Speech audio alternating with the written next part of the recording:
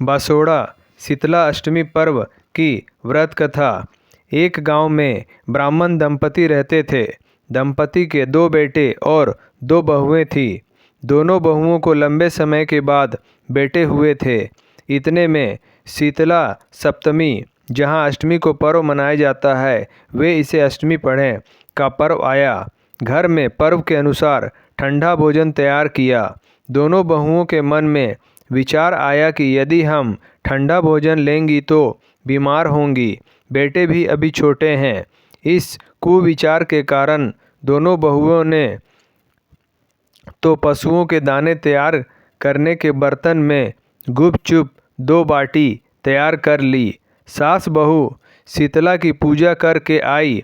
शीतला माता की कथा सुनी। बाद में सास तो शीतला माता के भजन करने के लिए बैठ गई। दोनों बहुएं बच्चे रोने का बहाना बनाकर घर आई। दाने के बर्तन से गरम गरम रोटला निकालकर चूरमा किया और पेट भर कर खा लिया। सास ने घर आने पर बहुओं से भोजन करने के लिए कहा। बहुएं ठंडा भोजन करने का दिखावा करके घर काम में लग गई। सास ने कहा, बच्चे कब के सोए हुए हैं, उन्हें जगा कर भोजन करा लो। बहुएं जैसे ही अपने अपने बेटों को जगाने गई तो उन्होंने उन्हें मृत प्रायः पाया। ऐसा बहुओं की करतूतों के फलस्वरूप शीतला माता के प्रकोप से हुआ था। बहुएं विवश हो गई। सास ने घटना जानी तो बहुओं से झगड़ने लगी। सास बोली कि तुम दोनों ने अपने बेटों की बदौलत शीतला माता की अवहेलना की है, इसलिए अपने घर से निकल जाओ और बेटों को जिंदा स्वस्थ लेकर ही घर में पैर रखना। अपने मृत बेटों को टोकरे में सुलाकर दोनों बहुएं घर से निकल पड़ी। जाते जाते रास्ते में एक जीर्ण वृक्ष आया। यह खेजड़ी का वृक्ष था। इसके नीचे ओरी शीतला दोनों बहनें बैठी थी। दोनों के बालों में विपुल प्रमाण में जूं थी। बहुओं ने थकान का अनुभव भी किया था। दोनों बहुएं ओरी और शीतला के पास जाकर बैठ गई। उन दोनों ने शीतला ओरी के बालों से खूब सारी जूं निकाली।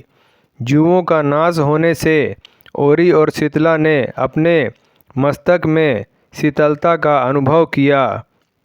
कहा, तुम दोनों ने हमारे मस्तक को शीतल ठंडा किया है, वैसे ही तुम्हें पेट की शांति मिले।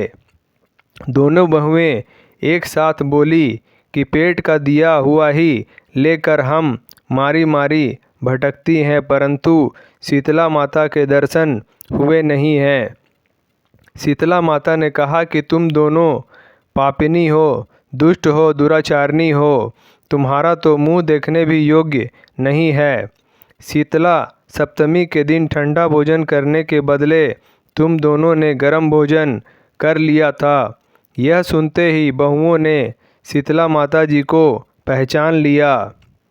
देवरानी जेठानी ने दोनों माताओं का वंदन किया। गिड़गिड़ाते हुए कहा कि हम तो भोली भाली हैं, अनजाने में गरम खा लिया था। आपके प्रभाव को हम जानती नहीं थी। आप हम दोनों को क्षमा करें। पुनः ऐसा दुष्कृत्य हम कभी नहीं करेंगी। उनके पश्चाताप भरे वचनों को सुनकर दोनों माताएं प्रसन्न हुई। शीतला माता ने मृतक बालकों को जीवित कर दिया। बहुएं तब बच्चों के साथ लेकर आनंद से पुनः गांव लौट आई।